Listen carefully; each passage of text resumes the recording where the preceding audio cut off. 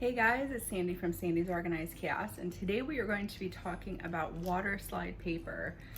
Now, I purchased my paper off Amazon. I'll make sure to put the link to that in the description below if you guys want to check that out. But I purchased from a place called Hayes Paper Company. There we go, you can read it. Hayes Paper Company. I buy their transparent and I also buy their white from there. Now you guys may be wondering, if you're new to this, how exactly to properly use Waterslide paper. So we're just gonna kind of go over some details to that. Now I'm only gonna be using the transparent today. With transparent, you wanna make sure that you use a solid base, but you wanna use a light color for that. Now I do have some pictures of some things that I've done with my transparent Waterslide paper, which I will show right now.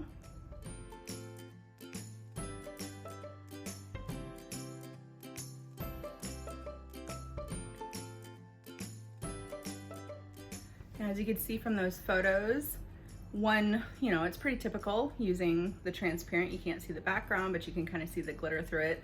Now the one with the turtles, just as long as I said it's a clear, not clear, but a light background, you can use the transparent on any color. So it looked like turtles in the ocean. Now with my white transfer paper, that's more of an opaque, like you can't see through it. It gives it a nice strong image. So I'm going to show you guys a couple things that I've done with white Waterslide papers here.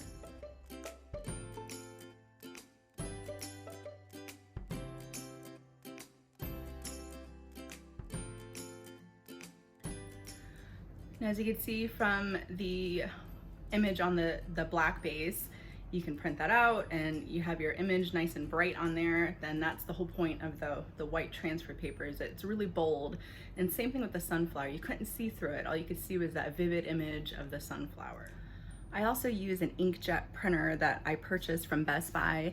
You can actually purchase all the inks from Sam's Club. You gotta love Sam's Club for bulk deals. But I purchased the big cartridges from Sam's Club so that way it lasts me a long time. Now I print a lot of decals every single day, and these cartridges last me, I want to say, about a month, and that's a lot of stuff. I print stickers, I print labels, I print all kinds of stuff, and these cartridges have lasted me quite a while. So I definitely recommend getting your cartridges from Sam's Club. And I've never had any issues with printing out on an inkjet printer with my images. They've always come out really nice, so that's what I use. So we are going to take our transparent Waterslide paper and we are going to apply that to a tumbler today. So let's go ahead and do that.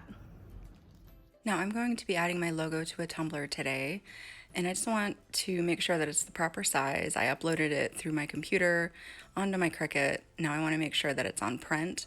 Then I'm going to come over and press the Make It button. And then I'm going to come down and I want to make sure that when I send it to the printer, before I do that, I want to turn off the Add Bleed button. So there you'll see it's green. I'm going to click it so it turns gray. But I'm going to show you one more time what that does.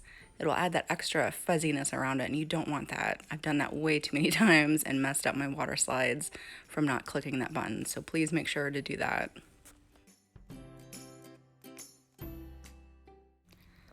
Now I'm just going to get that printed out and we'll move on to the next step. Since I am only using one image today, I want to make sure that I come through and I cut that image off of my paper. If you spray paint just one image and then try to use the bottom half of that paper, that spray paint will prevent your image from printing onto your paper and you won't be able to use it. So you want to make sure you cut that image out first if you're only printing one image. Now I am in my garage with the door open because you want to be in a very well ventilated area for this next step. I like to use this semi-gloss from Rust-Oleum. That's my favorite. I buy it in bulk off Amazon. I'll attach the link to that as well if you guys want to check that out. And what I like to do is do sweeping motions up and down and then side to side. And I do that a couple times. The key is not to be too close to the paper or it will get puddled up on your paper. You don't want it too thick. You want just a nice smooth layer of that clear coat all over your image. Another thing I like to do is kind of get eye level with it and just make sure that it's nice and smooth completely across. I'm gonna let that dry. It probably for about 15 minutes it takes for this clear coat to dry. It really depends on your environment that you're in, how fast it dries. Now, since this is a transparent, you don't have to cut too close.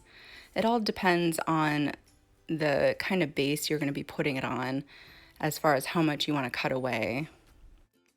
And what I mean by that is if you intend to not put this over a smooth epoxy surface, if you're just gonna be applying it to the second coat where it's just the glitter, you might wanna cut it just a little bit closer because you will end up seeing the outlines of your decal if you do it that way.